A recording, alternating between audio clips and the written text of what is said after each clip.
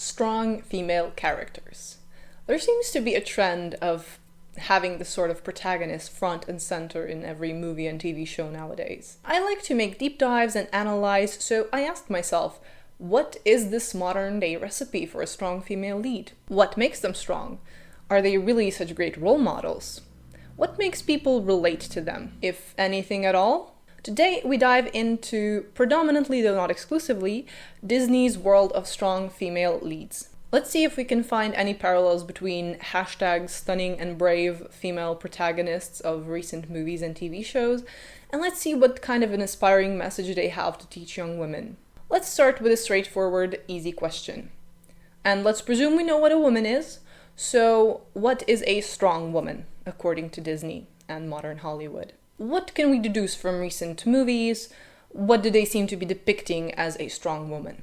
Well, one of the hallmarks of strong female characters seems to be emotional independence from men. Sometimes it will be financial independence too, but in a lot of these fictional examples, there isn't a one-on-one comparison. Instead, maybe the character will be an expert in their own field or hailed as the best at what they do, since they won't have a job in the traditional sense. There's nothing wrong with financial and emotional independence on paper, but how it comes across in practice is that it often makes these characters into machines. They'll be career-driven or profession-driven, with little time for romance aside from casual encounters, or maybe there will be romance if it is already in the center of the story. And of course, not every story needs romance. But the bigger issue that arises from making these strong female characters emotionally distant is that many of them will end up emotionally distant from everyone and cold towards everyone.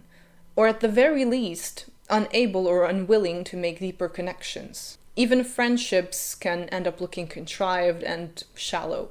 There can be a lack of that basic human connection between the protagonist and other characters in the film.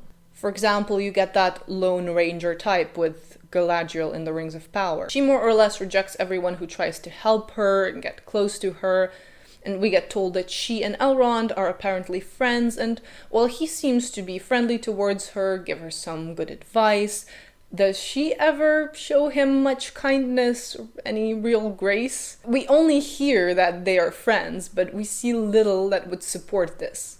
It's all tell, not show. The situation is similar with Rey and Finn. They don't really do all that much together. He's usually the one running after her while she's on her quest doing her girl boss things. And then Jen from She-Hulk, she runs into another problem. She's fully focused on her career, and what complements this go-getter, strong girl boss mentality is also avoiding commitment. We can see that she doesn't really know how to connect. She goes on a few dates, despairs over how terrible they are, and then she finally finds a guy that she instantly likes, brings him home, they sleep together, and she's sad in the morning when he leaves, as it becomes clear that he was only attracted to her in her She-Hulk form. I mean, yeah, go out with a man that you met on a dating app, bring him home on the first date, sleep with him, and then be surprised that he isn't interested in anything else. I mean, yeah, that's a recipe for a successful long-term relationship right there. Even in Peter Pan and Wendy, we have a flash forward to Wendy's future, where we can see that she pursued her dreams, and we see her growing into an independent woman who can do anything she sets her mind to. Great. But she's always doing these things alone, surrounded neither by friends, family, or children in these scenes of the future. Do you need a partner and children for a fulfilling life? No, but we all need someone to connect to, we need companionship.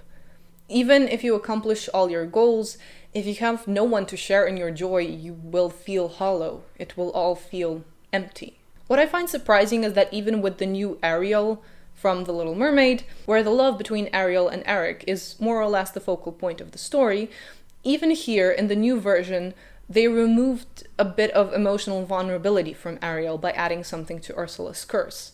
The fact that Ariel doesn't remember that she needs to be kissed. While she still likes Eric, she is much less active in her pursuit of him as a consequence of this curse, and the emotional vulnerability that she had in the original is reduced. I have a feeling that they didn't want to make her look desperate for a man, but that's just my opinion. Even though actively pursuing a man that she's in love with would actually give her agency and I think be in line more with what we now consider the social norm or social expectation that even women can go after men, it wouldn't necessarily make her look desperate. And speaking of vulnerability, it's not just that in most cases emotional vulnerability is removed, it's also that these strong female characters seem kind of invincible, never in need of help. They can do everything on their own and do it better. Wendy, a teenage girl, can easily hold her own going against pirates twice her size. Jen, after becoming a Hulk, instantly understands her powers better than Bruce, who's been a Hulk for years, but she easily bests him at everything. He thinks there are things he can teach her, but she in fact knows how to do everything already, and instead of the master teaching the student can now show the master who's she boss. Ariel, fishtail and all, flops onto the deck of the ship and just knows how to steer it, despite having never done it, and even more surprisingly, she can steer it given that she's a mermaid. And it's Ariel who defeats Ursula now, and it takes away from Eric's big moment because he defeats Ursula in the original. And don't even get me started on Rey, who is a better Jedi than people who have trained for years. Somehow it all comes natural to her, as opposed to silly men who have to train for years to get half as good as she is. And of course we have our girl Galadriel, who in the Rings of Power takes down a troll who her 5 fighters couldn't even touch.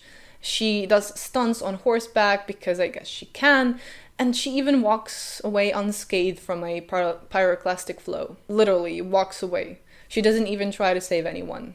She just runs off, Theo in tow. What a hero. Seriously though, you guys know how I feel about Rings of Power, but Galadriel really is the prime example of these modern strong female characters. Even when she's being saved, she's got such a displeased look on her face. Lady, why are you always so grumpy? It makes you wonder, what purpose does this serve? To depict women in such a way where they are completely unrelatable. I understand that in fiction you have extraordinary people in extraordinary situations doing extraordinary things. But the way to make a compelling character, especially a protagonist, is to make something about them relatable, likable. There are exceptions to this. Even the new Ariel is not completely unlikable, I think. But in so many cases, the strong female protagonists are just not relatable to people. And they have little to no character growth. They are perfect from the get-go, and there is not much they can learn. Characters need to actually learn from their mistakes. Usually there will be something that will put things into perspective for them, humble them, and gradually make them reconsider their behavior.